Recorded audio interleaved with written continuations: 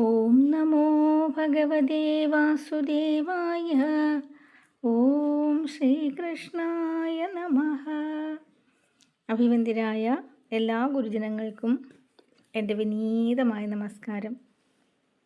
ശ്രീമന്നാരായണീയ ക്ലാസ്സിലേക്ക് ഏവർക്കും സ്വാഗതം. ശ്രീമന്നാരായണീയം 8ാം ദശകമാണ് നാം പഠിച്ചുകൊണ്ടിരിക്കുന്നത്. അതിൽ 6 ശ്ലോകങ്ങൾ കഴിഞ്ഞു. 7ാമത്തെ ശ്ലോകം പാരായണം ചെയ്യാം.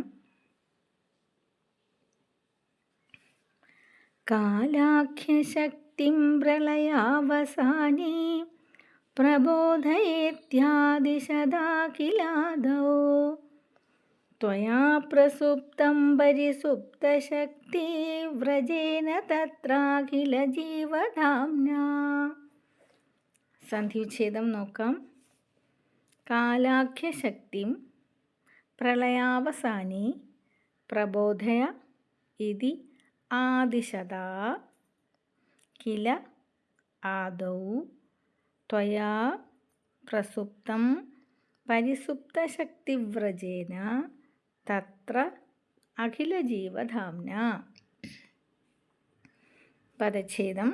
കാലാഖ്യശക്തിം കാല ആഖ്യശക്തിം പ്രളയാവസാനേ പ്രളയ അവസാനേ പരിസുപ്തശക്തിവ്രജേന പരിസുപ്തശക്തിവ്രജേന അഖിലജീവധാംന അഖിലജീവധാംന.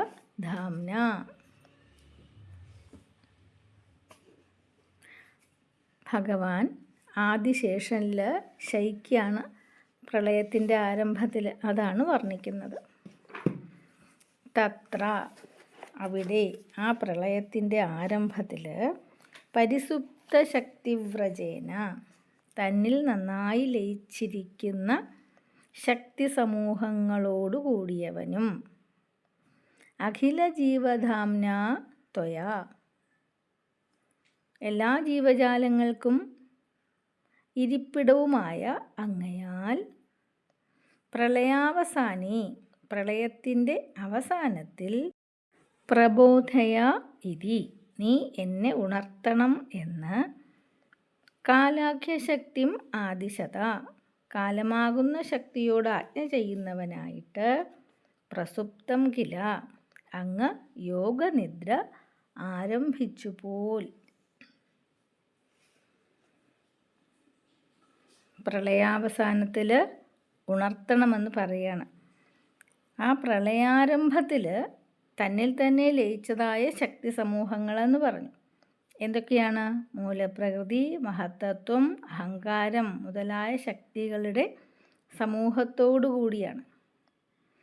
എല്ലാ ജീവജാലങ്ങൾക്കും അഭയം അങ്ങാണ്. ആ അങ്ങയാൽ ഭഗവാനെ അങ്ങയിൽ നിന്ന് എന്തെല്ലാം മാറി ഉണ്ടായി എന്ന് നമുക്ക് തോന്നുന്നുവോ അതും സമസ്ത ജീവജാലങ്ങളും അങ്ങയിൽ തന്നെ വർത്തിക്കേ അങ്ങ് പ്രളയാവസാനേ ത്വം മാം പ്രബോധയ പ്രളയത്തിൻ്റെ അവസാനത്തിൽ നീ എന്നെ ഉണർത്തണം എന്ന് കാലാഖ്യശക്തിയോട് കാലമാകുന്ന ശക്തിയോട് ആജ്ഞ ചെയ്തു അത്രേ. എന്നിട്ട് ഉറങ്ങാൻ പോയി പോൽ. ഭഗവാൻ ഉറങ്ങുന്നുണ്ടോ? അത് യോഗനിദ്രയാണ്. അപ്പോൾ കാലാഖ്യശക്തിയോട് തന്നിൽ ലയിച്ചുറങ്ങുന്ന ആ ശക്തി സമൂഹത്തോടു കൂടിയവനും സകല ജീവജാലങ്ങൾക്കും ഇരിപ്പിടമായിരിക്കുന്നവനുമായ അങ്ങ് ഇപ്രകാരം ആജ്ഞാപിച്ചിട്ട് പ്രളയം തീരുമ്പോൾ എന്നെ വിളിക്കണം കേട്ടോ, ഇങ്ങനെ ആജ്ഞാപിച്ചിട്ട് ഉറക്കം ആരംഭിച്ചു, അല്ലെങ്കിൽ യോഗനിദ്ര ആരംഭിച്ചു എന്നാണ്. അപ്പോൾ യോഗനിദ്രയുടെ ആരംഭത്തിൽ സത്വം, രജസ്, തമസ്, കാലം, കർമ്മം എന്നിങ്ങനെയുള്ള കാരണശക്തികളും അവയ്ക്ക് കാര്യഭൂതങ്ങളായിരിക്കുന്ന മഹത്തത്വം, അഹങ്കാരം മുതലായ ശക്തികളും ഭഗവാനിൽ ലയിച്ചിരിക്കുന്നു. പിന്നെ ബ്രഹ്മസൃഷ്ടങ്ങളായ എല്ലാം തന്നെ ഭഗവാനിൽ ലയിച്ചിരിക്കുന്നു. ഇതാണ് പ്രളയത്തിൻ്റെ തുടക്കത്തിൽ ഭഗവാൻ ഇങ്ങനെ ആജ്ഞാപിച്ചുകൊണ്ട് യോഗനിദ്ര ചെയ്യുമ്പോൾ പ്രളയകാലത്തും പൂർണ്ണമായി പ്രവർത്തനം നിർത്താതെ ഭഗവാന്റെ ആജ്ഞാനുവർത്തിയായിരിക്കുന്ന കാലം എന്ന ശക്തിയോട് പ്രളയാവസാനം വരുമ്പോൾ എന്നെ ഉണർത്തണമെന്ന് നിർദ്ദേശം നൽകിയത്രേ. പ്രളയാരംഭം വരെ ജനന മരണാദികളിൽപ്പെട്ടിരിക്കുന്ന എല്ലാ ജീവജാല രാശികൾക്കും പ്രളയത്തിലൊരു വിശ്രമം എന്നാണ് പറയുക. അത് അവരുടെ വിശ്രമം അത് കഴിഞ്ഞ് കൽപ്പാരംഭം വരുമ്പോൾ എല്ലാം സ്വന്തം കർമ്മത്തിന് അനുസൃതമായിട്ട് ജന്മമെടുത്തു വരും. അപ്പോൾ കാലത്തെ അങ്ങനെ ആജ്ഞാപിച്ച് നിർത്തി എന്ന് പറയുമ്പോൾ കാലശക്തിക്ക്, അതും ഭഗവാൻ തന്നെയാണ്, അതിൻ്റെ ആ ഒരു വേഗത്തെ, അതിൻ്റെ പരിമാണത്തെ അളന്നുകൊണ്ടിരിക്കുവാനുള്ള കഴിവുണ്ട്. കാലശക്തി ഉണരത്തക്ക വിധം ബോധത്തോടുകൂടി വർത്തിക്കുന്നു എന്ന് ഇതിൽ നിന്ന് നമുക്ക് മനസ്സിലാക്കാം. അപ്പോൾ ഭഗവാന്റെ ആജ്ഞാനുവർത്തിയാണ് കാലം. കാലസ്വരൂപനാണ് ഭഗവാൻ എന്ന് നാം പറയില്ലേ. ഭഗവാന്റെ ആ ഒരു ആജ്ഞ അനുസരിച്ച് കാലം പ്രവർത്തിക്കുന്നു. ഭഗവാനിൽ ലയിച്ചുറങ്ങുന്ന എല്ലാ ജീവനിവഹങ്ങളും ഉറങ്ങുന്നു, പക്ഷേ അവയുടെ കർമ്മബന്ധം അവസാനിക്കുന്നതേയില്ല. തൽക്കാലത്തേക്ക് അത് പ്രവർത്തിക്കാതിരിക്കുന്നു. പ്രളയം കഴിയുമ്പോൾ എല്ലാം സൃഷ്ടിക്കപ്പെടും വീണ്ടും എന്നാണ് ഇതിൽ നിന്ന് മനസ്സിലാക്കുന്നത്.